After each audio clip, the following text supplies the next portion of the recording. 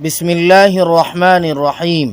صرف 5 منٹ کا مدرسہ قرآن و حدیث کی روشنی میں 6 سفر المظفر۔ نمبر 1، اسلامی تاریخ۔ حضرت شعیب علیہ السلام کی دعوت اور قوم کی ہلاکت۔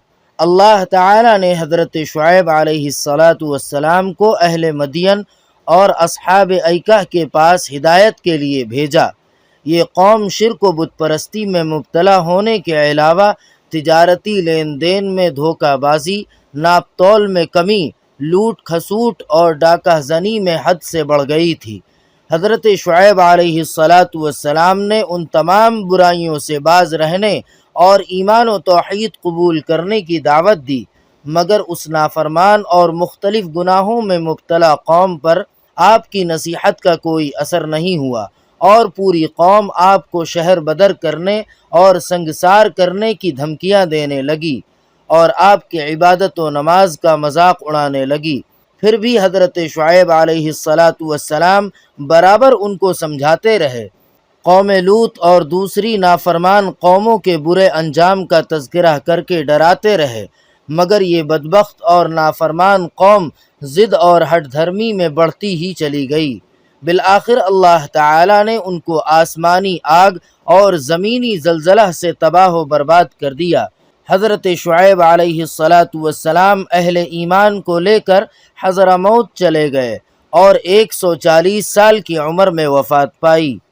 نمبر 2، حضور صلی اللہ علیہ وسلم کا معجزہ، قحط سالی دور ہونا۔ حضرت انس رضی اللہ تعالی عنہ فرماتے ہیں، ایک شخص حضور صلی اللہ علیہ وسلم کے پاس آیا اور کہنے لگا، بارش نہ ہونے کی وجہ سے جانور مر گئے اور راستے بند ہو گئے، تو آپ صلی اللہ علیہ وسلم نے دعا فرمائی، جس کی وجہ سے مسلسل 1 ہفتہ بارش ہوتی رہی۔ وہ آدمی اگلے جمعے کو آ کر کہنے لگا، یا رسول اللہ، بارش زیادہ ہونے کی وجہ سے مکانات گر گئے اور راستے بند ہو گئے اور جانور مر گئے، تو آپ صلی اللہ علیہ وسلم نے ممبر پر کھڑے ہو کر دعا فرمائی، اے اللہ، ٹیلوں اور پہاڑیوں اور نالوں اور درخت اگنے کی جگہوں میں برسا۔ دعا کرتے ہی مدینہ سے بادل چھٹ گیا۔ نمبر 3، ایک فرض کے بارے میں، اللہ ہی مدد کرنے والے ہیں۔ قرآن پاک میں اللہ تعالی فرماتا ہے، اللہ تعالی ہی زندگی و موت دیتا ہے، اللہ تعالی کے علاوہ کوئی کام بنانے والا اور مدد کرنے والا نہیں ہے۔ خلاصہ، ان باتوں پر ایمان لانا اور اس کا یقین رکھنا ہر ایک مسلمان پر فرض ہے۔ نمبر 4، ایک سنت کے بارے میں، میت کو قبر میں رکھنے کی دعا۔ رسول اللہ صلی اللہ علیہ وسلم جب میت کو قبر میں اتارتے تو یہ دعا پڑھتے، بسم اللہ وفی سبیل اللہ وعلی ملت رسول اللہ۔ ترجمہ، اللہ کے نام سے اور اللہ کے راستے میں اور اللہ کے رسول کی ملت پر ہم دفن کرتے ہیں۔ نمبر 5، ایک اہم عمل کی فضیلت، اچھے کام کرنے پر صدقے کا ثواب۔ رسول اللہ صلی اللہ علیہ وسلم نے فرمایا، انسان کے ہر جوڑ پر روز آنا ایک صدقہ لازم ہے۔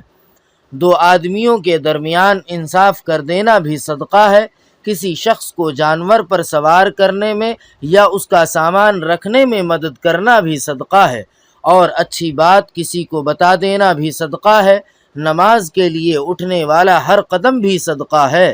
راستے سے تکلیف دینے والی چیز کا ہٹا دینا بھی صدقہ ہے۔ نمبر 6، ایک گناہ کے بارے میں، کفر کی سزا جہنم ہے۔ قرآن پاک میں اللہ تعالی فرماتا ہے، جو لوگ کفر کرتے ہیں تو اللہ تعالی کے مقابلے میں ان کا مال و اولاد کچھ کام نہیں آئے گا، اور ایسے لوگ ہی جہنم کے ایندھن ہوں گے۔ نمبر 7، دنیا کے بارے میں، موت کا آنا یقینی ہے۔ قرآن پاک میں اللہ تعالی فرماتا ہے، تم جہاں کہیں بھی ہوگے، تم کو ہر حال میں موت آ پکڑے گی، چاہے تم مضبوط قلعوں میں محفوظ رہو۔ نمبر 8، آخرت کے بارے میں، قبر کیا کہتی ہے۔ رسول اللہ صلی اللہ علیہ وسلم نے فرمایا، قبر روز آنا پکار کر کہتی ہے، میں غربت، وحشت اور کیڑوں کا گھر ہوں، میں آگ کا تنور یا جنت کا باغ ہوں۔ نمبر 9، طب نبوی سے علاج۔ تلبینہ سے علاج۔ حضرت عائشہ رضی اللہ تعالی عنہا بیمار کے لیے تلبینہ تیار کرنے کا حکم دیتی تھیں اور فرماتی تھیں، میں نے رسول اللہ صلی اللہ علیہ وسلم کو فرماتے ہوئے سنا، تلبینہ بیمار کے دل کو سکون پہنچاتا ہے اور رنج و غم کو دور کرتا ہے۔ فائدہ: جو کو کوٹ کر دودھ میں پکانے کے بعد مٹھاس کے لیے اس میں شہد ڈالا جاتا ہے، جسے تلبینہ کہتے ہیں۔ نمبر 10، نبی صلی اللہ علیہ وسلم کی نصیحت۔ حضرت ابو ذر رضی اللہ تعالی عنہ فرماتے ہیں، مجھ سے رسول اللہ صلی اللہ علیہ وسلم نے فرمایا، اے ابو ذر، جب تم سالن پکاؤ تو اس میں پانی زیادہ کر دو، یعنی شوربہ زیادہ رکھو، اپنے پڑوسیوں کی خبر رکھو اور ان میں تقسیم کرو۔ سبحان ربک رب العزت عما یصفون وسلام علی المرسلین والحمد للہ رب العالمین۔